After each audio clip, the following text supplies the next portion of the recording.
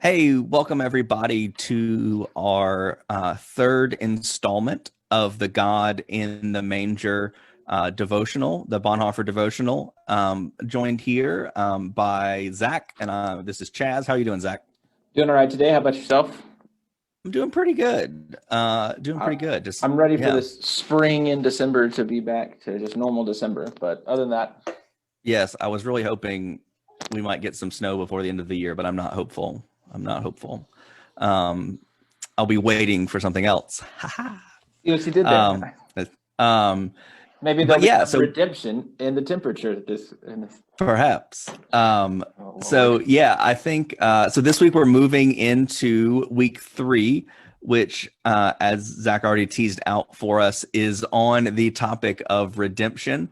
And so we're coming out of talking about waiting and talking about mystery, and now we're moving to talking about redemption. And so, Zach, with this week, with the devotionals sort of set for this week, what things really stood out to you about the topic of redemption? Well, you know what really sort of jumped out to me at first was I love how they give us all those little citations, and Hmm. it seems like for the past 2 weeks we've really been getting a lot of Bonhoeffer's sort of later works within like 2-3 years of his death. But looking at the citations this week, they're all like really early Bonhoeffer. Hmm. Like I think the earliest one we have is like 1928, and then there's a couple like there's 32, 33, and that's I was sort of wondering because, and I've heard people say this, and I don't know if you agree with this or not, but Bonhoeffer truly has an evolution of thought through Yeah. his his works, and I was wondering if you could not take us on too deep of a rabbit hole, but sort of contextualize some of the stuff that he's talking about here in his early works and sort of that sort of Hmm. flow of where he gets to. Yeah. Yeah. I'll attempt to not go too deep into Alice in Wonderland. Um, and so, yeah, I mean, I think what is interesting about the earlier quotes that you mentioned is a lot of these are from his a lot of these quotes are from his sermons when he is serving as a pastor. And so what's interesting is he's serving as a pastor not in Germany. So he's, at least for some of these, so he's pastoring a German church in Barcelona, Spain, for some of this. And I think there's actually another book of collections of just his Christmas sermons, and a few of those are pulled of the quotes for this week are pulled from that book. And what I think makes that interesting is you're hearing, as opposed to him writing from a prison cell, which we've gotten some of those so far, and there's some of that in this week as well. We're getting him really preaching this sermon, or preaching this idea of Advent to a congregation, while he's sort of figuring out how to serve them, and figuring out what it means to be, very much learning how to be a pastor at some of these earlier stages. Um, and he's really taking these ideas that he developed, because he had this really in-depth academic work. He did two dissertations and some academic pieces, and then really one of the things that really shines in all of those is this focus on finding Jesus, finding Christ in the midst of community, and that Christ comes to us, and sort of breaks into our reality. And I think you see some of that, like you see some of that in, very much how, like, that frames his idea of Advent. That Advent is this, we talked about waiting, we talked about mystery, but there's also this thing to where we are in a place to where Jesus comes to us, um, and then becomes this sort of traveling companion with us. But he's very much talking about the need that we have for Christ to break into our lives. Um, and I think that becomes a big theme for him throughout his work, but we see that in his early stuff, as he's sort of, specifically preaching these ideas, as opposed to writing to friends and letters and stuff.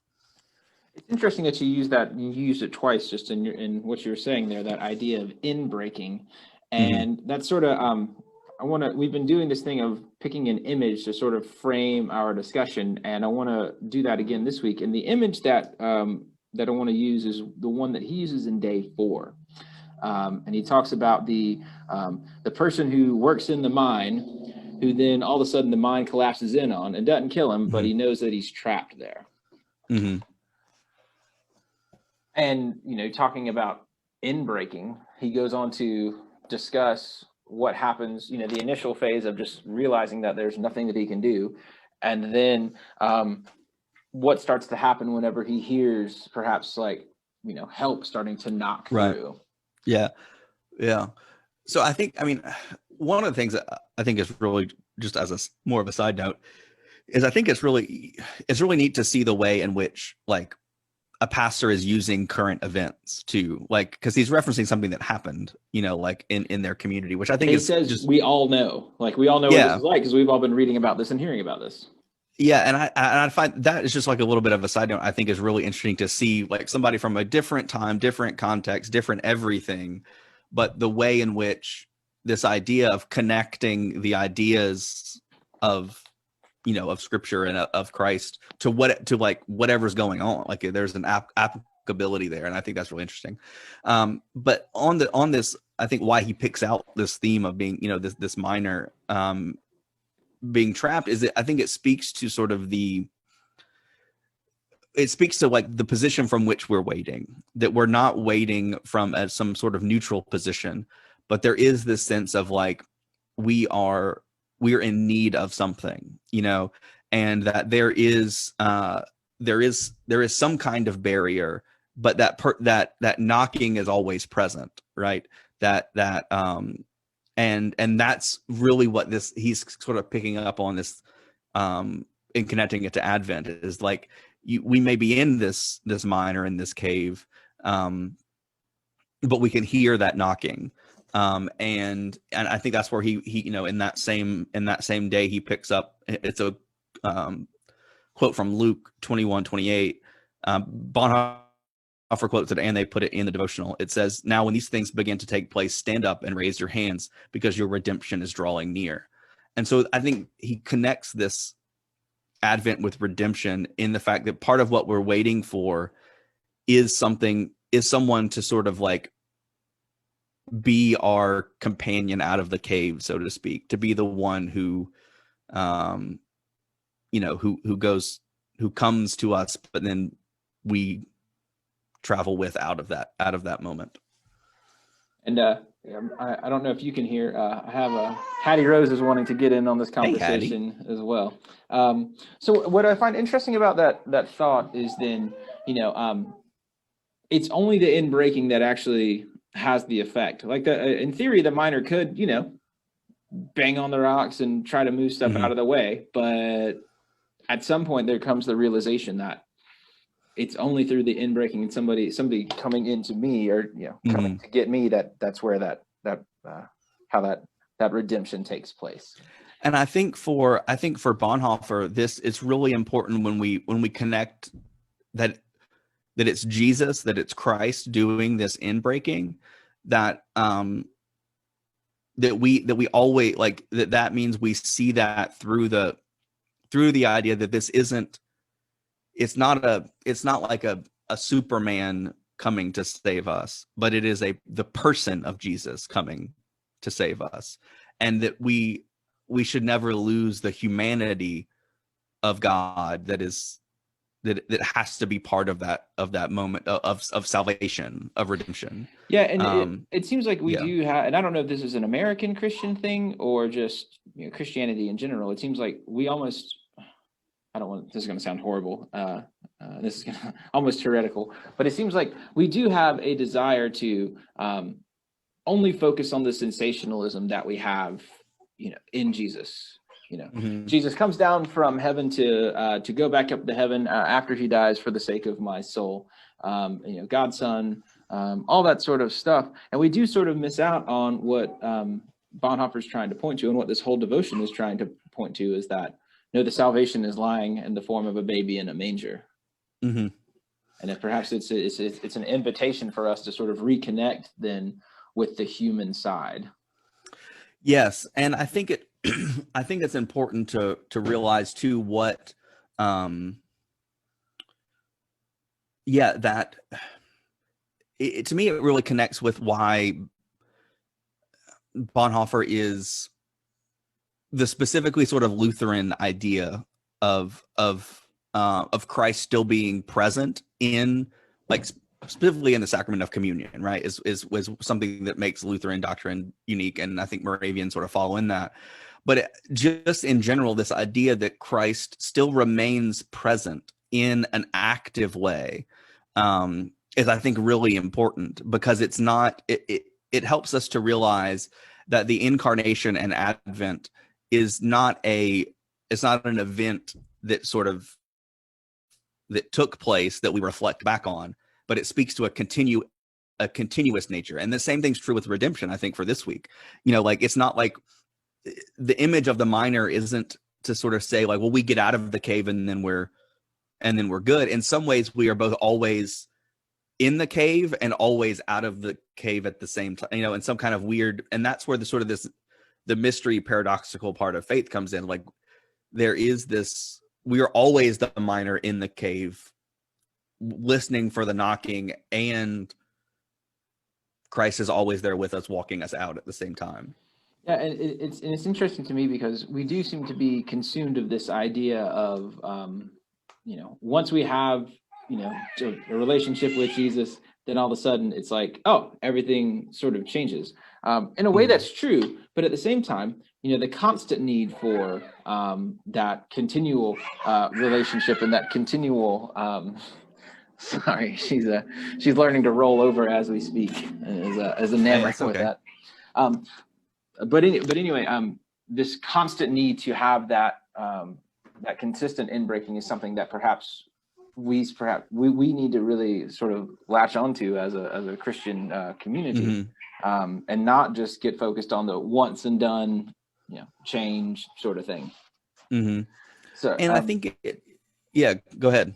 Oh no, I was gonna say, wow, we said we weren't gonna get into a rabbit hole, and here we are. Sorry about that. No, it's all good. Take us out of it, and then I'll move us on. No, yeah, I was just gonna, I think those are ideas that are so important to remember, to keep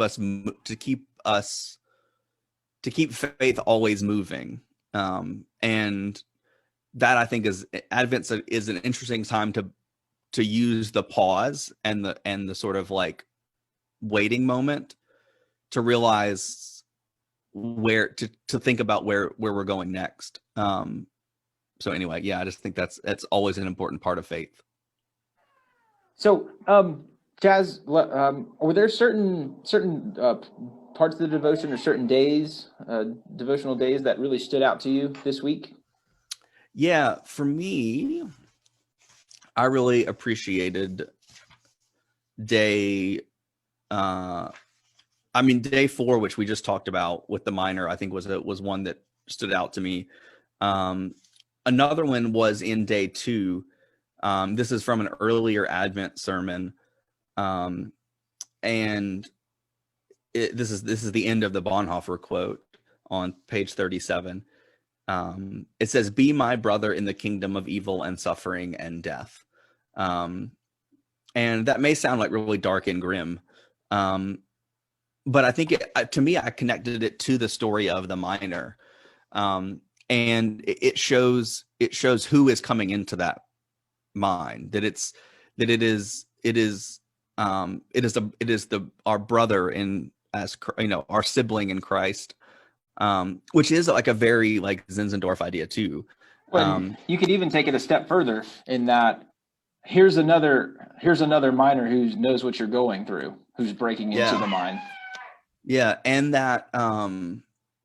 it gives a sense of realness and materiality, like, right, that faith isn't something that is ethereal, that we wait on, that is like outside, that we can't touch and feel, but that, like, if Jesus is our brother in evil, suffering, and death, like we can talk about what those things are tangibly, right? Like, and it doesn't take long to realize, especially right now, and like what those tangible things are. Like, we've had the single highest days of death from COVID in the United States. We are seeing, we've had I know for us personally, like we've known people who have died from it, right? Like I'm sure you also who are watching this know the people who have died from it. And that's just and that's just COVID, right? And that's not to mention the everyday suffering that exists separate from COVID. You know, the heartbreaks, the broken relationships, the just the every other part of life. That I think when Jesus becomes our brother in those things, when he becomes our sibling in the midst of that,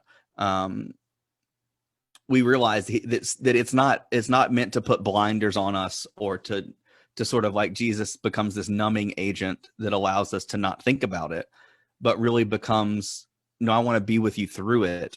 And I think that's I don't know, that's something we constantly need, at least for me, I constantly need to be retold that. Well, and that's why I really loved day one, because it adds another element of what you're saying, and it's that element of, there's suffering that we all sort of go through, and we all sort of realize that, as humans we do that. But day one really talks about the stuff that we don't want other people to know that we deal with. Mm-hmm. And he points out that we all have that, and we can hide it, or he even said, we can justify that to anybody on the planet, but Jesus is, does it, Jesus sort of sees through that. And then that's when you read that on day one, you're sort of like, man, yeah, wow, I feel awful because, I have this. And then that's the beauty of that's the beauty of redemption, is that when you consider what he talks about in day two, that's the stuff that Jesus is, that's the humility of Jesus right there, is that's the stuff that Jesus wants to be, our brother in, and, walk with us in, is even that which we want to, to hide. So for me, day one and day two were quite profound. Yeah. And I think for me, that they really help to set up how this idea of redemption connects into Advent. Because it is something that, perhaps we more closely think of connected to the season of Easter. But to see how that theme and that idea is still very much present in the season of Advent, I thought was really, really, really neat. And to see that present, like you pointed out at the beginning, how that's present in so many parts of Bonhoeffer's life, that he talks about that at a lot of different places. Yes, I mean, we covered days 1, 2, and 4 pretty well. Was there anything else that the days of the week that really jumped out to you that you wanted to highlight for us today?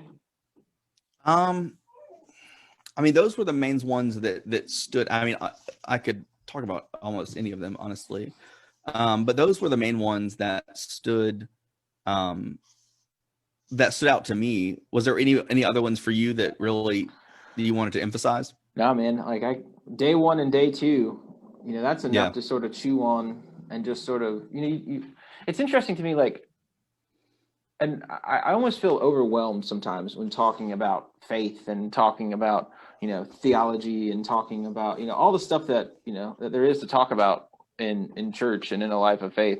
And for me, there are always just a couple of things that we sort of keep coming back to. And that then day 1 and day 2 are so important to me. For sure. And then to sort of take it like on a step, and maybe we could say that this is sort of, maybe this is where Bonhoeffer gets to later on in his life, is that so then what, because of that, that Jesus comes to you even in the places that you don't want anybody to know about, and is there with you, and perhaps that's the mind, that's the thing that we're encapsulated by, is all the stuff that we don't want anybody to know about, and that's what needs in breaking. And so Jesus does that for you. So then what? And then maybe that, that core idea is what inspires movement on your part forward.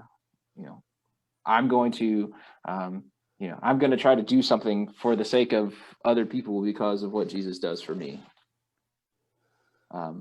Yeah. And I think that is, and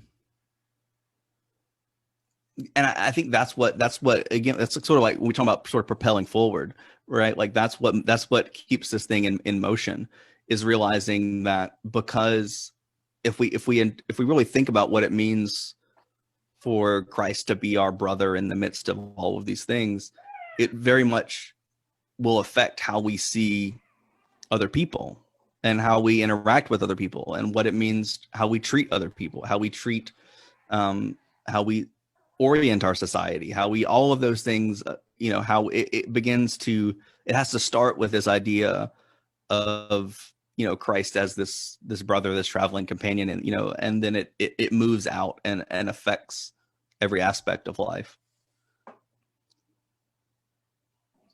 Yeah, and it also sort of perhaps adds another level of redemption. Redemption is not just redemption of your of your soul. Redemption is also that which you do with your life. Yeah, and the ways that we redeem our work and our hands and our, like, the work, like everything becomes, it's not just like redemption as an idea of this thing was dirty and then I cleaned it up, but like this redemption becomes this creation of wholeness and harmony. Yeah, I dig it. Well, so if there's nothing else that, anything in the days we want to highlight, all right, can you tie it together for us? We started off with waiting, we did mystery, now we're in redemption. Tie it all together. I can try to. We'll see how well it works.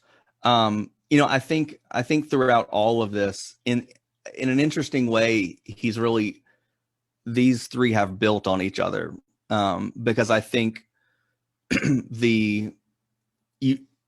if we didn't really think about waiting and we didn't really think about mystery, then we wouldn't know the kind of redemption to which we are waiting for. And I think that's part of the beauty of Advent, and why the idea of darkness is so important to Advent. Because it's in the winter, it's in this wintering time, this time of more introspection, of things are colder, we're inside, like should be colder at least, but we're inside more. You can tell he wrote all this is coming out of a German mindset, because it gets cold, right? Not Winston-Salem winter. And so these all of these things play into this idea of Advent, that we have to be in this mindset of waiting, but what we're waiting on is mysterious. It's not like we're waiting on something that we can fully understand, and we are waiting from a position of needing to answer that knocking on the door. And so we have to get through the waiting and the mystery before we get to the redemption. Yeah, I like it. Well, I think I really do think that, like, this week has been really cohesive for me, and I really enjoyed it. I've enjoyed all the weeks, but this one sort of, it's almost like, as we move through Advent, we are starting to see that light breaking. For sure. That comes through in this week. So. For sure. Well, we'd like to thank y'all so much for walking with us in this journey. I know several of y'all have reached out to me to just say that you're following along. So encourage you to please like the video, share the video. If you have any questions, comment on the video for us, or reach out to one of us, and we'll be happy to talk about it in the next video. And I hope that y'all are getting something out of this, because I know Chaz and I, we have our little talk afterwards, and we're like, wow, we enjoyed that conversation. We hope the same is true for y'all as well. Yeah, it's been good. And like I said, it's been good to see the comments on the videos. Leave more of those, leave questions, and look forward to when we do this again. Hope y'all have a great rest of your day. We'll talk to y'all later. Bye. See ya.